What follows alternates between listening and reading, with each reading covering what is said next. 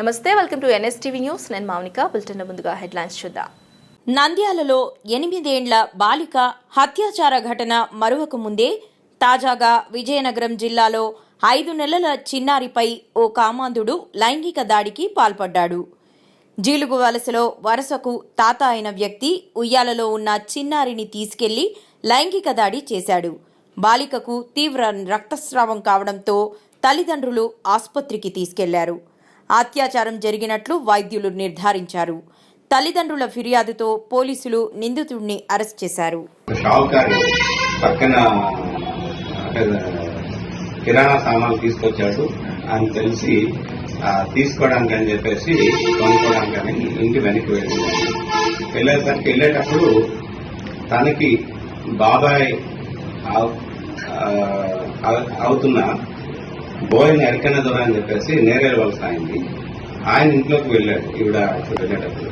అంటే ఆవిడ సామాన్లు తీసుకుంటుండగా పక్కింటి వాళ్ళేమో పాప ఏడుస్తుంది అని చెప్పేసి గట్టిగా కేకలేసేసరికి ఇమీడియట్ గా వాళ్ళ పెద్ద అమ్మాయి సుమారుగా 10 సంవత్సరాల వయసు ఉంటుంది. ఆ అమ్మాయిని పంపించి చెల్లి ఏడుస్తున్నట్టు చూడమ్మా అని చెప్పేసి తను పంపించింది.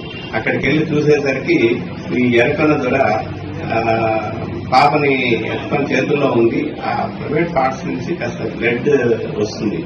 వచ్చి పాప ఏమో ఏడ్చుకుంటూ వచ్చి చెల్లికి ఇట్లా బ్లడ్ వస్తుంది కానీ ప్రైవేట్ పార్ట్స్ దగ్గర నుంచి వస్తుందని చెప్పేసి తల్లికి గాబరాగా తల్లి పరిగెత్తుకుంటూ వచ్చింది.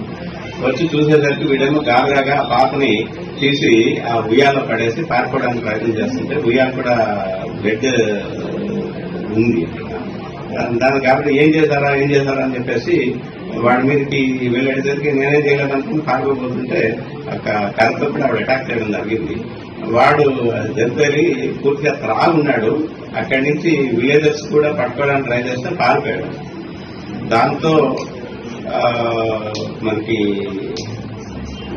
తల్లిదండ్రులు తల్లి తీసుకొని పోలీస్ స్టేషన్ కి రాగా మనం ఎఫ్ఐఆర్ రామభద్రాపురం పోలీస్ స్టేషన్ లో కొత్త చట్టం బిఎన్ఎస్ యాక్ట్ 65 క్లాస్ 2 కింద మరియు పోక్సో చట్టం కింద section 5 and section 6 POCSO act కింద ఎఫ్ఐఆర్ ఇష్యూ చేయడం జరిగింది. ఇమీడియట్ గా ఎస్పీ గారి ఉత్తర్వుల మేరకు నేను ఎస్డిపిఓ బొబిలే నేను దర్యాప్తు స్వీకరించడం జరిగింది. దర్యాప్తులో భాగంగా ముందు అమ్మాయిని హాస్పిటల్ కి పంపించాము. హాస్పిటల్ కి ప్రస్తుతం పాప పరిస్థితి ఆరోగ్యకరంగానే ఉంది, స్టేబుల్ గానే ఉంది ఆరోగ్యం.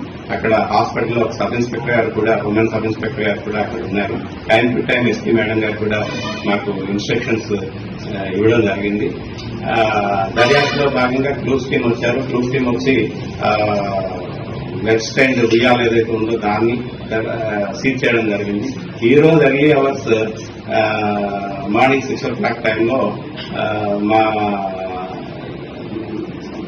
దర్యాప్తు బృందం ముద్దాయి అయిన బోయన ఎరకన్న ద్వారా వీడి 40 years కొండదర బై కమ్యూనిటీ దీన్ని నేరేడు వలస గ్రామం వీడిని నేరేడు వలస గ్రామంలో శివార్ల కొండపైన అరెస్ట్ చేయడం జరిగింది. అరెస్ట్ చేసి ఈ రోజు తీసుకురావడం జరిగింది. ఆయన తాలూకా బట్టల మీద కూడా బ్లడ్ స్టెయిన్స్ ఉన్నాయి. ఆ బ్లడ్ స్టెయిన్స్ కూడా క్లూ స్టెయిన్స్ సహాయంతో బట్టలు కూడా సీజ్ చేయడం జరిగింది. అవన్నీ కూడా కంపారిజన్ నిమిత్తం ఫారెన్సిక్ సైన్స్ ల్యాబొరేటరీస్ కి పంపించడం జరుగుతుంది. ఇమీడియట్ ఇప్పుడు ముద్దాయిని అరెస్ట్ చేసి ఈ రోజు కోర్టులో కూడా ప్రొడ్యూస్ చేస్తున్నారు.